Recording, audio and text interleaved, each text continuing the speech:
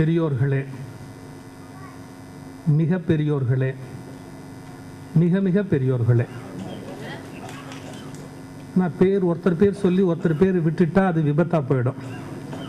இந்த மூணில் எல்லாருமே அடங்கிடுவாங்க. எல்லோருக்கும் என்னுடைய பணிவன்பான வணக்கம். ஏதோ சமய இலக்கியங்கள், வேற இலக்கியங்கள்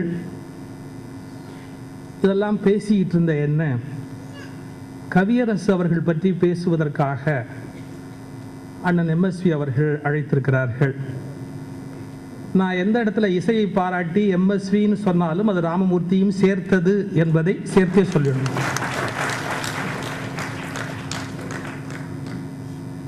இப்போ எம்எஸ்வி அண்ணனை பார்த்து ஏதோ ராமாயணம், மகாபாரதம், லலிதா சஹஸ்ரநாமம் இதெல்லாம் பேசிகிட்டு இருக்கிற ஆள்னா என்னை கண்ணதாசனை பேசுன்னு சொல்லியிருக்கிறார். இப்போ எனக்கு பாட தெரிஞ்சா என்ன நினைத்து என்னை அழைத்தாயோ, ஏன் இந்த மேடையை கொடுத்தாயோ, நான் வேற என்ன சொல்ல முடியும்? பள்ளிக்கூடத்தில் பையனா படித்த காலத்தில் கொஞ்சம் சவுண்ட் குறைச்சி வைங்க, எக்கோ குறைச்சி. காலேஜில் படித்தேங்க, நிஜமாவே காலேஜுக்கு போயிட்டு வரல, படித்த காலத்தில் காதில் விழுந்த பாட்டு, எங்களெல்லாம் படாத பாடு படுத்தின பாட்டு கண்ணதாசனுடைய பாட்டு. லவ் லெட்டர்லாம் எழுதணும்னா ரொம்ப யூஸ்ஃபுல்லாக இருக்கும். அப்போ வாழ்க்கை பற்றிய தத்துவம் எல்லாம் தெரியாது. எப்படி தெரியும்? காலேஜ்லேயும் ஸ்கூல்லையும் படிக்கும்போது வாழ்க்கையை பற்றிய தத்துவம் தெரியுமா? இப்போ கூடங்க நாம் என்ன நினைக்கிறோம், நாம் இந்த குடும்பத்துக்கு ரொம்ப முக்கியமான ஆள் அப்படிங்கிற ஒரு அகங்காரத்தில் இருப்போம். எல்லாருமே நான் இல்லாட்டி இந்த குடும்பமே நடக்காது அப்படிங்கிற ஒரு அகங்காரத்தில் இருப்போம். நாம் ஒன்று இந்த குடும்பத்துக்கு தேவையில்லைன்னு தெரிஞ்சுக்கிறதுக்கே ஒரு 50 வருஷம் ஆகிடும். நாம் ஒன்று இந்த வீட்டுக்கு ஒன்றும் பெரிய அவசியமே இல்லை அப்படிங்கிறது தெரியறதுக்கு ஒரு 50 வயசு ஆகிப்படும். அதுக்குள்ள வாழ்க்கையை பற்றி எப்படி தெரிஞ்சுக்க முடியும்? ஆனால் அதுக்குள்ளேயும் வாழ்க்கையை தெரிஞ்சுக்கிறதுக்கு வசதியாக இருந்தது தான் கண்ணதாசனுடைய தத்துவ பாடல்கள். எத்தனையோ உண்மைகள், புரிந்து கொள்ள முடியாத உண்மைகள் எல்லாவற்றையும் புரிந்து கொண்டிருக்கிறோம்.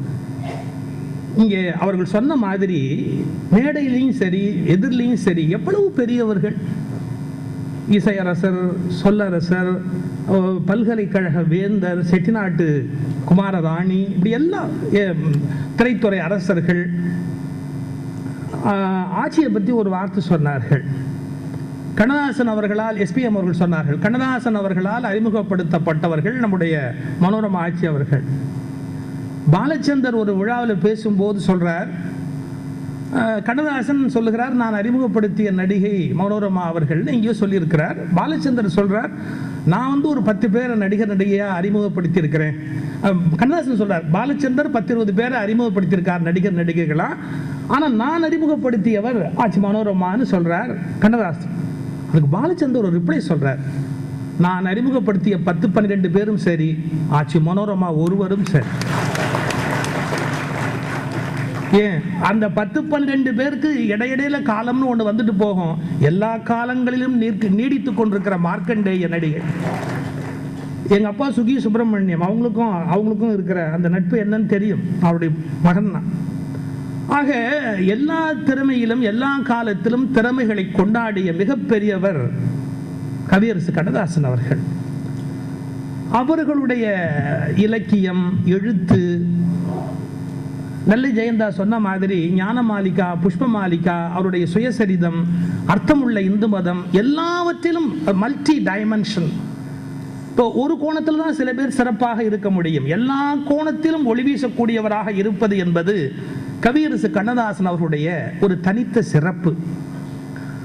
அவரை பற்றி சரியா சொல்றது அப்படின்னு சொன்னா, அவர் ஒரு உண்மையான கவிஞனாக வாழ்ந்தவர் அப்படின்னு சொல்றதை விட அவர் கவிதையாகவே வாழ்ந்தவர். என்ன வித்தியாசம் அப்படின்னு கேட்டா, திறமசாலிகள் திறமையினால கவிஞனா இருக்கிறதுங்கிறது வேற. அதாவது எந்த வார்த்தையை எங்க போட்டா ஜெயிக்கலாம், எந்த இடத்துல எந்த சொல்ல போட்டா மக்கள் ஒத்துக்குவாங்க, எங்க கைதட்டல் கிடைக்கும், இப்படிலாம் கணக்கு பார்த்து கூட கவிதை செய்யலாம். இதெல்லாம் டெக்னிக், அது ஒரு யுக்தி. அதை கைவர பெற்றவர்கள் எவ்வளவு பேர் உலகத்துல உண்டு. ஆனால் லாப நஷ்ட கணக்கு பார்க்க தெரியாதவர் கண்ணதாசன். ஆனா ஒரு கவிஞனுடைய லட்சணமே லாப நஷ்ட கணக்கு பார்த்துட்டா அவர் வணிகர், லாப நஷ்ட கணக்கு பார்க்கலன்னா தான் அவர் கவிஞர். நாம இதை பேசுறமே, இதுக்கு பின்விளைவு ஏதாவது ஒண்ணு வருமே அவர் யோசிச்சதே கிடையாது. நம்ம யாரை பேசுறோம்? எவ்வளவு பெரிய நிலையில இருக்கிறவர் டாக்டர் கலைஞரும் சரி, புரட்சி தலைவர் எம்ஜிஆரும் சரி, சிவாஜி கணேசனும் சரி, பெருந்தலைவர் காமராஜரும் சரி, பேரறிஞர் அண்ணாவும் சரி. ஐயா நீங்க தப்பா நினைக்கலன்னா, நாங்களாம் அப்படி பயந்து தான் பேசுவோம். தப்பா நினைக்கலன்னா அப்படிலாம் பேசுவோம். கண்ணதாசன் கவலைப்பட்டார். வெண்ணெய் வெட்டின்னு ஒருத்தரை திட்டுறதுக்கு எவ்வளவு தைரியம் வேணும்? இப்ப யாராவது ஒருத்தரை வெண்ணெய் வெட்டின்னு சொல்றதுக்கு எவ்வளவு தைரியம் வேணும்? இந்தியாவிலேயே பெரிய மனுஷனை பார்த்து வெண்ணெய் வெட்டினார். யார் இந்தியாவிலேயே பெரிய மனுஷன்? பண்டித ஜவஹர்லால் நேருவை பார்த்து வெண்ணெய் வெட்டி அப்படின்னு சொன்னவர் யாரு? கவியரசு கண்ணதாசன். ஆரம்பத்தில் அவர் திராவிட இயக்கத்தில் இருக்கிற போது நேரு ஈழ பிரச்சனையில ஒரு கருத்து சொல்றாரு. அது ஈழ பிரச்சனை, அவங்களோட நமக்கு உறவு இருக்குங்கிறது வேற தமிழர்களுக்கு, ஆனாலும் அது அந்த நாட்டு பிரச்சனை, அவர்களை எல்லாம் அடக்கி ஆளவோ இல்ல சட்டம் பிறப்பிக்கவோ ஈழத்து அரசுக்கு உரிமை இருக்கு அப்படின்னு நேரு ஒரு பேச்சு பேசுறாரு. அதுக்கு பதில் சொல்றார் பாருங்க. ஈழத்து தமிழர்களை பற்றி என்றும் இந்தியருக்கு அக்கறையே இல்லை. அன்னார் ஈழத்து குடியினரே, எந்த நாளும் இயற்கை வழி சிறு தொடர்பை முன்னிறுத்தி ஈழத்து நாயகரை தட்டி கேட்க இயலாது. நேரு பேசினது இயலாது, முறை அன்று. சட்டம் தீட்ட ஈழத்தார்க்கு அதிகாரம் மெத்த உண்டாம். அந்த அரசுக்கு அதிகாரம் உண்டு, ஈழத்தார்க்கு அதிகாரம் மெத்த உண்டாம் என்றுரைத்தார் திருவாளர் வெண்ணெய் வெட்டி. என்ன இது? எவ்வளவு பெரிய மனிதர் பண்டித ஜவஹர்லால் நேரு. அவரை வெண்ணெய் வெட்டின்னு சொல்றதுக்கு எவ்வளவு பெரிய, அவர் யோசிக்க இதோட பின்விளைவு என்ன வரும், அது பின்னால என்ன ஏற்படுத்தும். நான் மறுபடியும் சொல்றேன், பின்விளைவுகளை யோசிக்கிறவன் ஒரு கவிஞனாக இருக்க முடியாது. அவன் எச்சரிக்கையான தந்திரமும் சூழ்ச்சியும் உடைய ஒரு மனிதனாக இருக்க முடியுமே ஒழிய, உள்ளது உள்ளபடி பொங்கி வருகிறவன் தான் சத்தியமான கவிஞனாக இருக்க முடியும். அந்த உணர்ச்சி வெள்ளம். ஆனால் அதே நேருவை, அதே பண்டித ஜவஹர்லால் நேருவை பின்னாலே ஏற்றுக்கொண்ட பிறகு பாடுகிறார். போதிமர புத்தனவன் போய்விட்டான் என்றிருந்தோம், பாதி வழி போன மகான் பண்டிதனாய் திரும்பி வந்தார். போதிமர புத்தனவன் போய்விட்டான் என்றிருந்தோம், பாதி வழி போன மகான் பண்டிதனாய் திரும்பி வந்தார். அவர் இறந்த போது பாடுகிறார். தீயே உனக்கொரு நாள் தீ மூட்டி பாரோமோ, சாவே உனக்கொரு நாள் சாவு வந்து சேராதோ. அப்போ அவர் கோபப்பட்ட போதும் அவ்வளவு கடுமையாக நேருவை திட்டுகிறார். அவர் மீது அன்பு காட்டிய போதும் ஒரு காதலியின் முத்தத்தை விட கனமான முத்தத்தை அவருக்கு தரக்கூடிய சக்தி அவர் கவிதைக்கு மட்டுமே இருக்கிறது. நேசிப்பதையும் உண்மையாக பகைப்பதையும் உண்மையாக வைத்திருக்கவன் தான் சிறந்த கவிஞனாக இருக்க முடியும். அது இரண்டிலும் அவருக்கு ஒளிவு மறைவே கிடையாது. தெய்வத்தின் குரல் அப்படிங்கிற நூல், அதாவது அர்த்தமுள்ள இந்து மதம் எழுதினார் இல்லையா, அதை பற்றி அவர்கள் ஐயா வேந்தர் பேசுகிற போது சொன்னார். அதுல எத்தனை இடங்கள்ல மகா பெரியவருடைய வார்த்தையை மேற்கோள் காட்டி எழுதியிருக்கிறார் தெரியுமா? மகா பெரியவர்கள் தெய்வத்தின் குரல் புத்தகத்தில் நீங்க பாத்தீங்கன்னா பல இடங்கள்ல மகா பெரியவர்களுடைய அந்த புத்தகத்தை அப்படியே தெய்வத்தின் குரல் புத்தகத்தை மேற்கோளா போட்டு அர்த்தமுள்ள இந்து மதத்துல கவியரசு கண்ணதாசன் விளக்குவார். ஆனால் அவர் திராவிட இயக்கத்தில் இருந்த போது எவ்வளவு கடுமையாக தாக்கி இருக்கிறார் பாருங்க. சங்கராச்சாரியார் தான் தலைவராம், உலக மாந்தர் பொங்கி ஆச்சாரி காலில் போய்விடல் தர்ம வாழ்வாம். அந்த கோபமா திட்டுற காலத்துல அறிவியல் வளர்ந்த பின்பும் அணுவையும் துளைத்த மேவும் பொறியியல் மிகுத்த பின்பும் புதுமைகள் நிறைந்த வீர நெறிபல கண்ட பின்பும் நிகரில்லா தலைவன் என்றே துறவியை காட்டும் வீணர். ஒரு காலத்தில் எப்படி திட்டிருக்கிறார்? துறவியை காட்டும் வீணர் தொலைந்தனர் இளையே தமிழா, தமிழா இவர்கள்லாம் இன்னும் தொலையவில்லையேன்னு கோபமா பேசியிருக்கிறார். ஆனால் பின்னாலே தெய்வத்தின் குரல்ல, அந்த அர்த்தமுள்ள இந்து மதத்தில் தெய்வத்தின் குரல் புத்தகத்திலிருந்து நிறைய செய்திகளை மேற்கோள் காண்பித்து மகா பெரியவர்களுக்கு தன்னுடைய சிறந்தாழ்ந்த வணக்கத்தை வெளிப்படுத்தி இருக்கிறார். இப்படி பார்க்க முடியுமா? பேரறிஞர் அண்ணாவிடத்தில் அவருக்கு அவ்வளவு மரியாதை. அந்த அண்ணாவை அப்போது பல பேர் கேலி பண்றாங்க. அதை அவர் சொல்லுகிறார். மக்கள் எப்படி பேசிக்கொண்டார்களா? சாஸ்திரிவாள் தெரியுமோ, சூத்திரன் தான், தமிழினிலே அழகாக பேசுகிறார் ஓய், தமிழினிலே அழகாக பேசுகிறான் ஓய், நாஸ்திகம்தான் பேசுகிறான், நாஸ்திகம்தான் பேசுகிறான் என்றாலும் ஓய் நன்னாவே பேசுகிறான். என்ன காணும்? ஆஸ்திகத்தை அவன் தாக்கும் முறையை பார்த்தால் ஆபத்து தான். ஆஸ்திகத்தை அவன் தாக்கும் முறையை பார்த்தால் ஆபத்து தான் காணும் எதிர்காலத்தில். வாஸ்தவத்தில் அவன் நல்ல மூளைக்காரன், மகதேவன் அவதாரம்.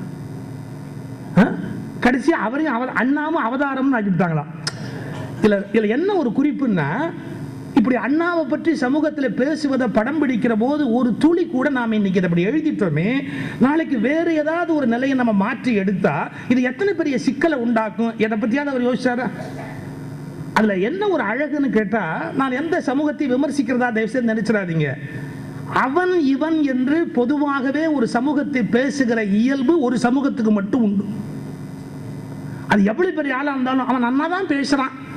யாரு 72 வயசு ஆளை பார்த்து அவன் நன்னா தான் பேசுறான் அவன் சொல்லுகிற பழக்கம் உண்டு. அதை அப்படியே படம் பிடி, ஏன்னா ஒரு கலைஞனுக்கு இயல்பு அந்த உண்மையை அப்படியே படம் பிடிப்பதை ஒழிய, இப்படி சொன்னால் அவர்கள் என்ன நினைப்பார்கள் என்று பயப்பட்டால் அவன் நிஜமான கலைஞனாக இருக்க முடியாது. இந்த கவலை இல்லாத உள்ளம் கண்ணதாசனுடைய உள்ளம்.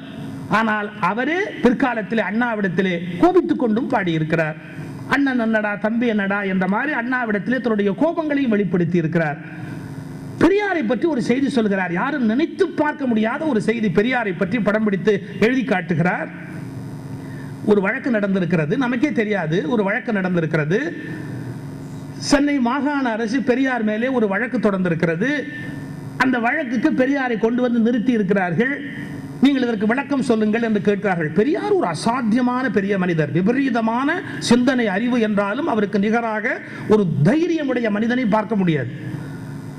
அந்த நீதிமன்றத்திலே பெரியார் ஒரு வார்த்தை சொல்லியிருக்கார். எனக்கு தெரிந்த உலக வரலாற்றில் வேறு யாரும் அப்படி ஒரு வார்த்தை சொல்ல முடியாது. நீதிபதியை பார்த்து பெரியார் சொல்லியிருக்கிறார், இன்று இங்கே வீற்றிருக்கும் நீதிமானே. பெரியார் பேசுவதா கண்ணதாசன் எழுதுறார். இன்று இங்கே வீற்றிருக்கும் நீதிமானே, எதிர் வழக்கு ஆட நான் விரும்பவில்லை. நான் இங்க அனாவசியமா வழக்கெல்லாம் பதிலுக்கு நடத்திக்கிட்டு இருக்கிறதுக்கு விரும்பல. ஏன்? அன்றாடம் அமைச்சர்களின் ஆணையை தாங்கி அழகான நீதி தரும் அறமன்றம். மினிஸ்டர் என்ன சொல்றாரோ அதை கேட்டு நீ ஜட்ஜ்மெண்ட் கொடுக்க போற. இது பெரிய அறமன்றம், அழகான நீதி தரும் அறமன்றத்தில் நீதியினை எதிர்பார்த்தால் பித்தமாகும், அது பைத்தியம். நெறிமுறைகள் உங்களுக்கு மறந்த ஒன்று. உனக்கெல்லாம் நெறிமுறையை பத்தி தெரியாது. யார்? நீதிபதியை பார்த்து பெரியார் பேசியிருக்கார். அவர் எப்பேற்பட்ட ஆள் பாருங்க. நெறிமுறைகள் உங்களுக்கு மறந்த ஒன்று. அதை விட கொடுமை, நீதிபதியை பார்த்து நீ இன்ன ஜாதின்னு யாரும் பேசவே முடியாது. சாதியிலும் பார்ப்பனர் நீர், நிர்வாகத்தின் சக்கரத்தில் நீர் ஒருவர். ஆழ்வோர் சொல்லே வேதம் என கொள்வதுதான் உங்கள் போக்கு. வீணாக நேரத்தை கழிக்கல் வேண்டாம், நடக்கட்டும் தீர்ப்பினை நீர் சொல்லும் என்றார். எதுக்கு அனாவசியமா வழக்கெல்லாம் நடத்திக்கிட்டு டயத்தை வேஸ்ட் பண்ணிக்கிட்டு தீர்ப்பு சொல்லிட்டு போங்க நீதிபதியை பார்த்து பெரியார் சொன்னாரா. பெரியாருடைய அந்த அசாத்தியமான ஒரு துணிவை ஒரு கவிதையில் பதிவு பண்ண வேண்டும் என்ற எண்ணம், இல்லைன்னா வரலாறே தெரியாம போயிருக்கும். அதை பதிவு பண்ண வேண்டும் என்ற எண்ணம் கவியரசர் கண்ணதாசனுடைய ஒன்று. ஆனா பெரியாரை இவ்வளவு ஆதரித்து பேசிய அதே கவியரசர் கண்ணதாசன் பிற்காலத்தில் ஆத்திகராக மாறுகிறார். ஆத்திகம் அவருடைய உள்ளத்திலே இருந்து பொங்கி பெருகி வருகிறது. அப்போது அவர் வெளிப்படுத்துகிறார், நான் ஒரு இந்து என்பதை எந்த விதமான தயக்கமும் இல்லாமல் ஒப்புக்கொள்ள தயாராக இருக்கிறேன். எந்த விதமான அந்த அவங்க என்ன நினைப்பாங்க, திராவிட கழகத்தில் நம்மளை என்ன விமர்சனம் பண்ணுவாங்க, அதை பற்றி எந்த கவலையும் இல்லை. நான் ஒரு இந்து என்பதை எப்போதும் நான் ஒப்புக்கொள்ள தயாராக இருக்கிறேன். நான் இறைவனை ஏற்றுக்கொள்கிறேன், கிருஷ்ணா கிருஷ்ணா கிருஷ்ணா என்று. இவர் என்ன நினைப்பாரோ அவர் என்ன நினைவாரோ என்பதை பற்றிய கவலை இல்லாமல் முரண்பாடுகளை மொத்தமாக தம்முடைய வாழ்க்கையில் அவர் வைத்திருந்தாலும் ஒவ்வொரு முரண்பாடும் அழகாக இருக்கிறது. எப்படிப்பட்ட முரண்பாடு தெரியுமா?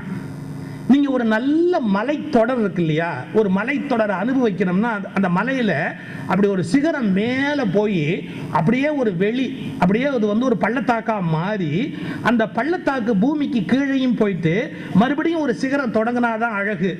எப்படி ஒரு மலைத்தொடர்ச்சியில் சிகரமும் பள்ளத்தாக்கும் முரண்படுவதாலேயே அழகாக இருக்கிறதோ, அப்படி கருத்துக்களில் முரண்பட்டதாலேயே அழகான கவிதைகளை படைத்தவர் கவியரசு கண்ணதாசன். அவர் முரண்படுவதை பற்றி கவலைப்படவில்லை. இன்னும் தைரியமாக சொல்வது என்று சொன்னால், சிந்திக்க தெரிந்தவர்கள் முரண்படுவது தவிர்க்க முடியாதது. சிந்திக்க தெரிந்தவர்கள் முரண்படுவது தவிர்க்க முடியாதது.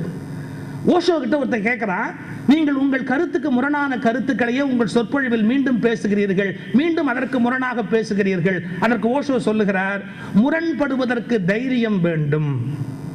தன்னுடைய கருத்துக்கு தானே முரண்படுவதற்கு தைரியம் வேண்டும். அந்த தைரியம் என்னிடத்தில் இருக்கிறது. நான் ஒரு வீடு கட்ட சொல்லுகிறேன், பிறகு அது சரியில்லை என்று இடிக்க சொல்லுகிறேன். நான் ஒரு வீடு கட்ட சொல்லுகிறேன், மறுபடியும் அது சரியில்லை என்று இடிக்க சொல்லுகிறேன். கட்டிய வீட்டை இடிப்பதற்கு அதிகமான தைரியம் தேவை. அப்படி நான் சொன்ன கருத்தை நானே இடிப்பதற்கு மிக அதிகமான தைரியம் தேவை. அந்த தைரியம் என்னிடத்தில் இருக்கிறது என்கிறார். எனவே இந்த உலகத்தில் முரண்பாடுகள் தவிர்க்க முடியாதவை என்பதையும், அந்த முரண்பாடுகள் காரணமாகவே மிக அருமையான பல கவிதைகளை படைத்துக் கொடுத்த பெருமையுடையவர் என்பதும் கவியரசர் கண்ணதாசன் அவர்களுடைய தனித்த சிறப்பு. அவருடைய அரசியல் வரலாற்றிலையும் சரி, சினிமா வரலாற்றிலையும் சரி, ஒரு சில காலகட்டத்தில் அவர்கள் குறிப்பிட்டதை போல புரட்சி தலைவரோடு நெருக்கமாக இருக்கிறார், பிறகு பகையாக இருக்கிறார். கலைஞர் நடிகர் திலகம் சிவாஜி கணேசன் அவர்களோடு நெருக்கமாக இருந்திருக்கிறார், பிறகு அவர் பகையாக இருந்திருக்கிறார். ஆரம்பத்தில் காமராஜரை மிக கேலி செய்து நிறைய பாடல்கள் பாடியிருக்கிறார். ஆனால் தன்னுடைய வாழ்வின் நிறைவு காலத்தில் காமராஜர் மீது அளவு கடந்த ஒரு மரியாதை உடையவராக, தன்னை முற்றிலுமாக அவருக்கு தந்துவிட்டவராகவே கவியரசர் அவர்கள் விளங்கி இருக்கிறார். ஒரே ஒரு வார்த்தை பெருந்தலைவர் காமராஜரை பற்றி யாரும் சொல்லிவிட முடியாத ஒரு வார்த்தை. ஒரு வருடம் அமைச்சராக இருந்தவர் 9 வீடு வாங்குகிற போது 9 வருடம் முதலமைச்சராக இருந்து ஒரு வீடு கூட வாங்காதவர் பெருந்தலைவர் காமராஜர் என்று அவரை பற்றி குறிப்பிடுகிறார். அந்த சிவகாமி மகனிடம் சேதி சொல்லடி, அவனை சேரும் நாள் பார்க்க சொல்லடி. நான் எந்த இடத்துக்கு வரணும் அப்படிங்கறத தீர்மானிக்கிறதுக்காக அதை பத்தி அந்த பாட்டு எல்லாமே ஒரு சினிமாக்கு தான். அண்ணாட்ட சண்டை போட்டு இந்த பக்கம் வந்தாச்சு. ஆனா அண்ணாக்கு உடம்பு சரியில்லை அப்படின்ன உடனே நலம் தானா நலம் தானா, உடலும் உள்ளமும் நலம் தானா, உன் மேனையில் புண்பட்டு போனது, கண்பட்ட உன் மேனையில் புண்பட்டு போனது அப்படி நான் பட்ட பாடு யார் அறிவார் அப்படின்னு தான் நேரா போக முடியல, பார்க்க முடியல. ஆனா சொல்ல வேண்டிய செய்தியை அந்த சினிமாங்கிற ஊடகம் மூலமாக அவர்கள் மீது தான் காட்டுகிற அன்பையும் வெளிப்படுத்துகிறார். ஒரு வார்த்தை சொல்வதென்றால் அவர் கோபமும் உண்மையானது, அவர் அன்பும் மிக மிக உண்மையானது. இன்னைக்கு பல பேர் அன்பு காட்டுவது போல் நடிப்பார்கள், அவர்கள் ராஜதந்திரிகள். அன்பு காட்டுவது போல் பசப்புவார்கள், அவர்கள் வார்த்தைகளை வைத்துக் கொண்டு விளையாடுகிறவர்கள். சில பெண்கள் கூட கொஞ்சம் சல்லு புழுன்னு விழுற கணவன் மேல கோவப்படுவாங்க. என்ன இப்படி சல்லு புழுன்னு விழுறாரு, நம்ம கிட்ட அன்பு இல்லையா, இன்னும் கொஞ்சம் அன்பா இருக்கக்கூடாதா? அந்த பெண்களுக்கெல்லாம் ஒரு ரகசியம் சொல்ல போறேன். இப்போ தமிழ்நாட்டிலேயே மைக்கு வச்சுக்கிட்டு ரகசியம் சொல்ற ஒரே ஆள் நான் தான். என்ன ரகசியம்? சில புருஷன் பொண்டாட்டிட்ட ரொம்ப நைஸா பேசுவான். என்ன செல்லும் கண்ணு, நான் இப்போ போயிட்டு ஆஃபீஸ், இன்னைக்கு நீ போயிட்டு கேம்ப் போயிட்டு இருக்குன்னு ஒரு 3 நாள் ஆகும். ஐயோ, நான் விட்டு போறது நினைச்சா எனக்கு ரொம்ப வருத்தமா இருக்கு. திருட்டு பையன் அர்த்தம். அவன் வேற என்னமோ ஏற்பாடு பண்ணியிருக்கிறான்னு அர்த்தம். இதை இந்த பொண்டாட்டி சந்தேகப்படாமல் இருக்கிறதுக்காக அந்த பசுப்பு வார்த்தையில பேசிட்டு அவன் அப்படி சாமர்த்தியமா போயிடுவான். அதனால உங்க புருஷன் சல்லு புள்ளுன்னு விழுந்தா கோவப்படாதீங்க. உள்ளது உள்ளபடியே பேசுறான்னா அவனை விட உத்தமன் உலகத்தில் இருக்க முடியுமா? அப்படியே புரிஞ்சுக்கங்க. அவன் கோபத்தை சல்லுன்னு அப்படியே காட்டுறான் அப்படின்னா அவன் மறைக்கல, அந்த அளவுக்கு அவன் நேர்மையா இருக்கிறான் அப்படிதான் எடுத்துக்கணும். கவியரசர் கண்ணதாசனுக்கு எப்படின்னா கோபம்னாலும் அப்படியே உண்மை. அவருடைய அன்பு என்பதும் நிஜமாகவே அடிமனத்தின் ஆழத்திலே இருந்து வருகிற அன்பு. அப்ப பூரண மனிதத்தன்மையோடு இருந்த ஒரு பெரிய மனிதன், பூரண மனிதத்தன்மையோடு இருந்த ஒரு மிகப்பெரிய மனிதன் கவியரசர் கண்ணதாசன். இதை தாண்டி அவருடைய பல்வேறு சிறப்புகளை எல்லாம் சொல்வது அப்படின்னா மணிக்கணக்கா சொல்லலாம்.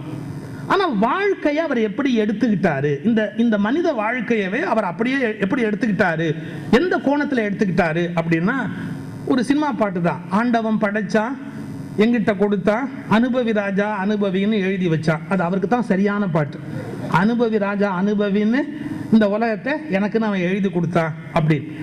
அதுல அவர் அப்படி சொல்லிக்கிட்டே வரும்போது ஒரு வார்த்தை சொல்வார். அதாவது நடந்ததை எண்ணி வருத்தப்பட்டால் அவன் மூடன். அதாவது என்ன நடந்து போச்சோ, நடந்ததை எண்ணி வருத்தப்பட்டால், இதெல்லாம் என் மனப்பாட பகுதியில் இல்லைங்க. எங்களுக்கு கம்பராமாயணம் இதெல்லாம் மனப்பாடம். இதெல்லாம் அப்ப மனப்பாடமா இருந்தது. அந்த வயசு தாண்ட உடனே அதெல்லாம் திரும்ப மறுபடியும் பிடிக்க முடியல. அதான் கொஞ்சம் பிட் அடிக்கிறேன், கொஞ்சம் பொறுத்துங்க. நடந்ததை எண்ணி வருத்தப்பட்டால் அவன் மடையன், நடப்பதை எண்ணி வருத்தப்பட்டால் அவன் மூடன். அது வர மடையன் மூடன் அந்த வார்த்தையில வேற பிரிவு. வருவது வரட்டும் என்று வாழ்பவனே ரசிகன், நல்ல ரசிகன். இந்த ரசிகன் நல்ல ரசிகன் ஒரு ட்விஸ்ட் அடிக்கிறான் பாருங்க. வாழ்க்கையை முதல்ல ரசிக்கிறதுக்கு கத்துக்கணும். அது ஒரு பெரிய டைம் டேபிள் போட்டுட்டு எப்படி நடக்கணும்னு நினைச்சிட்டு அப்படிலாம் நடக்கலையேன்னு வருத்தப்படுறதுக்கு பாருங்க, இப்படி நடந்து போச்சு அப்படின்னு வருத்தப்படுறதுக்கு பாருங்க, அது முட்டாள்தனம். இது ஒரு ஆச்சரியமான ஒரு பண்பு. இதெல்லாம் பாமர மக்கள் கற்றுக்க முடியாது. எனக்கு தெரிஞ்ச ஜென் மாஸ்டர்ஸ் தான் இந்த உண்மையை மிகப்பெரிய அளவில் இன்னைக்கு புரிய வச்சவங்க. அதாவது என்ன நடக்குதோ அதை அப்படியே ஏற்றுக்கோ, accept it as it is அப்படிங்கிறாங்க. என்ன நடக்குதோ அதை அப்படியே ஏற்றுக்க. இப்போ நம்ம எதிர்பார்க்குற மாதிரியே எல்லாம் நடக்கும்னு சொல்ல முடியுங்களா? ரொம்ப கஷ்டம். நம்ம வாழ்க்கையில் என்னென்ன நம்ம பிளான் பண்ணுறோமோ அதே மாதிரியே எல்லாம் நடக்கும் அப்படின்னு நம்ம சொல்ல முடியாது. கொஞ்சம் நீங்கள் யோசிச்சு பாருங்க. நம்ம ஒரு பிளான் பண்ணுவோம், ஒரு திட்டமிடுவோம், அதே மாதிரி ஃப்ளைட்டு வராது, அதே மாதிரி சில காரியங்கள் நடக்காது. அப்போ இப்படி நடந்து போச்சு, இப்படி நடந்து போச்சு அப்படிலாம் நம்ம மனசில் வேதனைப்பட்டுக்கிட்டே இருப்போம். நடந்ததை எண்ணி வருத்தப்பட்டால் அவன் மடையன். ஒரு முல்லா ஜோக்கில் ஒரு அருமையான ஜோக் சொல்வான். ரொம்ப வருத்தமாக உட்காந்துருந்தாராம் அவர். ஏன் அவ்வளோ வருத்தமாக உட்காந்துருக்குற அப்படின்னு. இல்லை, ஒரு அவசரப்பட்டு ஒரு காரியத்தை கெடுத்துட்டேன். மாம்பழம் விலைக்கு வாங்கிக்கிட்டு இருந்தேன். மாம்பழம் எவ்வளோ? 5 மாம்பழம் 15 ரூபான்னு சொன்னான். நான் 5 மாம்பழம் 15 ரூபான்னு சொன்ன உடனே 15 ரூபா கொடுத்து வாங்க முடியாது, 5 மாம்பழம் 10 ரூபாய்க்கு கொடுப்பியா நான் பேரம் பேசிக்கிட்டே இருந்தேன். கடைசி அந்த மாம்பழம் வாங்க முடியாமே போச்சு. அப்போ வந்தவன் கேட்டான், ஏன் கொடுக்க மாட்டேன்ட்டு போயிட்டானா? இல்லை, அதுக்குள்ள கனவு கலைஞ்சு போச்சுன்னார். இவர் கனவுல தான் மாம்பழம் பேரமே பேசியிருக்கிறாரு. அந்த கனவுல மாம்பழம் வாங்க முடியாம போச்சேன்னு அன்னைக்கு முழுக்க ரொம்ப வருத்தமா இருந்ததுதான். அப்ப அந்த மனுஷன் எப்படிப்பட்ட முட்டாள்தனத்தில் இருக்கான் பாருங்க. கொஞ்சம் ஏமாந்துட்டேன் சார், நான் மட்டும் அதை கரெக்டாக இருந்திருந்தேன்னா அந்த இடத்த அப்பயே வாங்கி போட்டிருப்பேன் சார், வாங்க முடியாமல் போச்சு. என்னென்ன மிஸ் ஆகி போச்சோ அதை பற்றிலாம் எப்போ பார்த்தாலும் வேதனைப்பட்டுக்கிட்டே இருப்பேன். நடந்ததை எண்ணி வருத்தப்பட்டால் அவன் மூடன், நடப்பதை எண்ணி வருத்தப்பட்டால் அவன் மடையன். பட வருவது வரட்டும் என்று வாழ்பவனே நல்ல ரசிக்கன். இது என்ன ஒரு அழகுனா, வாழ்க்கையை முதல்ல ரசிக்க பழகணும். அது என்ன நடக்கிறதோ, என்ன மாதிரியாக நமக்கு கிடைத்திருக்கிறதோ அதை அப்படியே என்ஜாய் பண்றதுக்கு பழகணும். இது என்ன சொல்றாங்க, நிகழ்காலத்தில் மனசை வச்சிருந்தாதான் சந்தோஷமா இருக்க முடியும். அதான் உண்மையான வாழ்கிற கலைன்னு இந்த ஆர்ட் ஆஃப் லிவிங்ல எல்லாம் இன்னைக்கு அதான் கற்றுக் கொடுக்குறாங்க. என்ன நிகழ்காலத்தில் மனசை வச்சிருங்க அப்படி. ரொம்ப கஷ்டம். மனுஷனுக்கு ஒன்று இறந்த காலத்தில் இருக்க தெரியும், இல்லைன்னா எதிர்காலத்தில் இருக்க தெரியும். இவனுக்கு நிகழ்காலத்தில் இருக்கவே தெரியாது. இப்பவே பல பேர் இவர் எப்போ பேசி முடிச்சு, டான்ஸ் எப்போ நடந்து, நம்ம எப்போ வீட்டுக்கு போறதான்னு யோசிச்சுட்டா, நீங்க எதிர்காலத்துக்கு போயிட்டா எனக்கு அது போதாத காலம். நீங்க நிகழ்காலத்தில் இருந்தாதான் நான் கண்ணதாசனை உங்களுக்கு கொடுக்கவும் முடியும், நீங்க கண்ணதாசனை வாங்கவும் முடியும், இல்லைங்களா? நிகழ்காலத்தில் இல்லாத போது எதையாவது அனுபவிக்க முடியுமா வாழ்க்கையில்? ஒரு கிருஷ்ணா ஸ்வீட்ஸ் மைசூர் பாக் சாப்பிட்னா கூட அதை ரசித்து அப்படியே நிகழ்காலத்தில் சாப்பிட்டா தான் சாப்பிட்றதுல ஒரு சுகம் இருக்கு. அதை விட்டுட்டு அதை எதிர்காலத்தில் சாப்பிடலாம்னு நினைச்சாலும் ஒன்றும் திருப்தி இல்லை, நேற்றுக்கு சாப்பிட்டேனே நினைச்சாலும் ஒன்றும் சந்தோஷம் இல்லை. நிகழ்காலத்தில் சாப்பிட்டா தான் சந்தோஷம், இல்லையா? அப்போ மனித மனத்தை நிகழ்காலத்தில் வைத்திருந்தா தான் சந்தோஷமா இருக்க முடியும். சார், ஒரு கல்யாணத்துக்கு நான் போயிருந்தேன். என் பக்கத்தில் 80 வயசுக்கு மேலே ஒரு பெரியவர் வந்து உட்காந்து, எனக்கு எல்லா ஏஜ்லையும் ஃப்ரெண்ட்ஸ் உண்டுங்க, அது எனக்கு ஒரு பெரிய ப்ளஸ் பாயிண்ட்டு. 80 வயசுக்கு மேலே வந்து உட்காந்து பேச ஆரம்பிச்சார். நாடே கெட்டு போச்சு சார். கெடுத்ததுல பாதி அவர் வேலை. அவர் சொல்றார், நாடே கெட்டு போச்சு சார் அப்படின்னார். என்ன, பவுன் 10,000 ரூபாய்க்கு மேலே விற்குது சார், அந்த நாடு உருப்பிடுமா சார்? நான் என்ன சார் பண்ண முடியாது. அப்புறம் ஆரம்பிச்சார், இன் 1935 எனக்கு நடுங்க ஆரம்பிச்சிருச்சு. இப்போதான் 35க்கு வந்திருக்காருன்னா 45, 55, 65, 75 இவர் எப்போ வர்றது, நான் எப்போ எந்திரிக்கிறது நடுங்கிட்டு இருந்தேன். நல்ல வேளை அவர் 80 என்னை இந்த பாடா படுத்தும் போது ஒரு 82 வந்தார். அவர் கேட்டார், என்ன சொல்றான் எங்க ஆளுன்னாரு. நீங்களே பேசுங்க. என்ன இவனை காது குத்திக்கிட்டு இருக்கிற?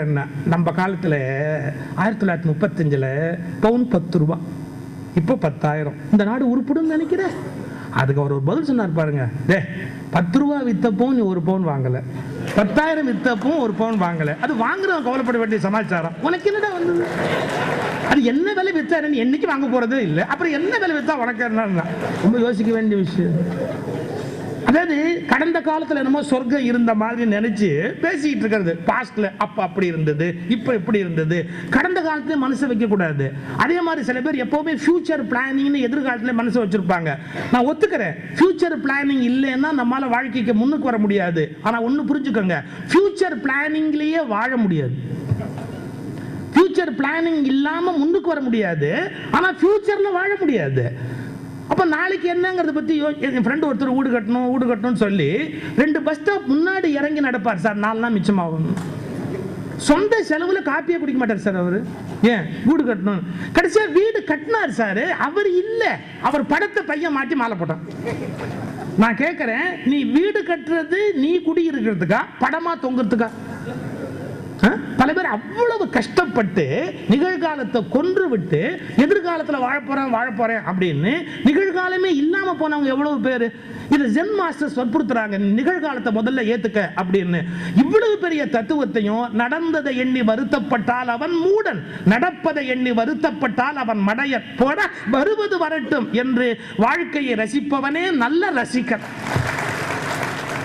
தன்னுடைய லைஃபுக்கு இதை விட அழகா இன்னொரு எக்ஸ்பிளனேஷன் சொல்ல முடியாது. ஒரு வாழ்க்கை எப்படி இருக்கணும் அப்படிங்கிறதுக்கு ஒரு அருமையான எடுத்துக்காட்டு அது. அவங்க சொன்ன மாதிரி மிகப்பெரிய தத்துவங்களை எல்லாம் அந்த வீடு வரை ஒரு பாட்டம் சொன்னாங்க.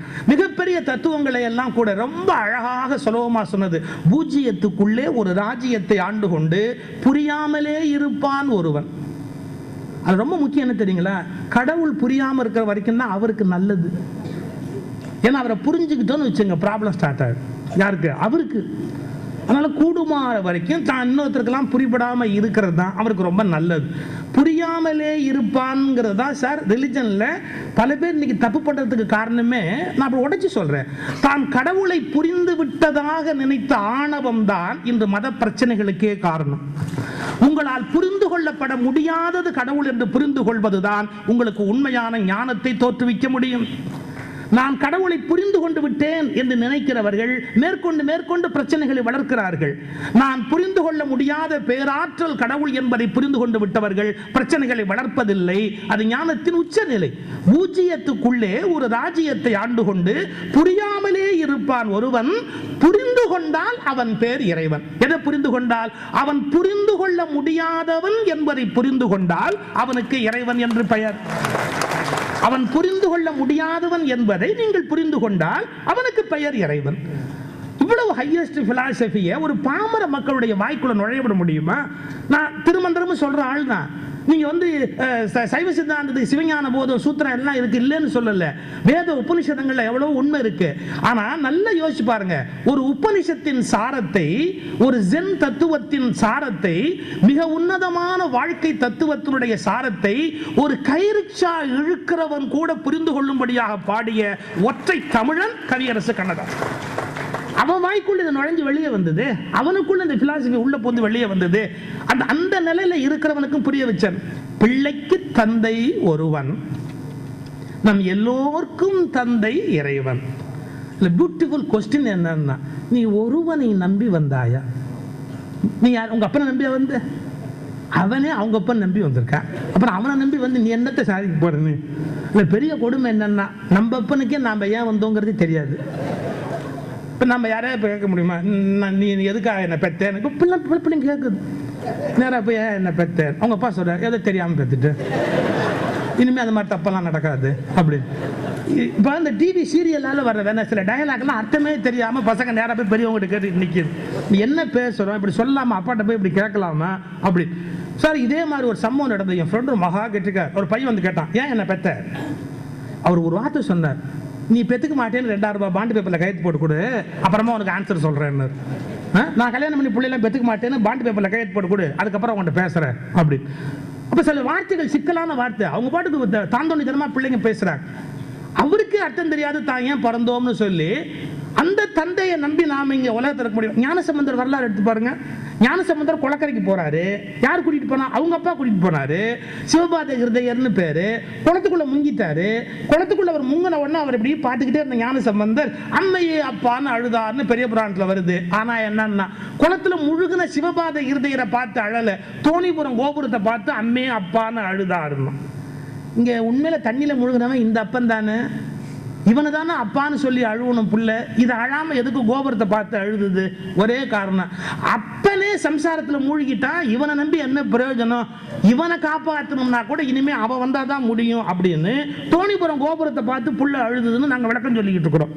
அப்ப இந்த அப்பனை நம்பி ஒன்றும் பிரயோஜனம் இல்லை. இந்த அப்பனை நம்புறதை விட அப்பனுக்கெல்லாம் அப்பனா இருக்கிற இறைவனை நம்புறது பிரயோஜனம் உண்டு. பிள்ளைக்கு தந்தை ஒருவன், நம் எல்லோருக்கும் தந்தை இறைவன். நீ ஒருவனை நம்பி வந்தாயா அல்லது இறைவனை நம்பி வந்தாயா? ஒருவனை நம்பி வந்தவன் உலகத்தில் துன்பப்படுவது தவிர்க்க முடியாது. இறைவனை நம்பி வந்தவன் ஒருபோதும் துன்பம் அடைவதே கிடையாது. அந்த மனோநிலைக்கு அந்த பாட்டை கேட்கிறவனை கொண்டு போறார்.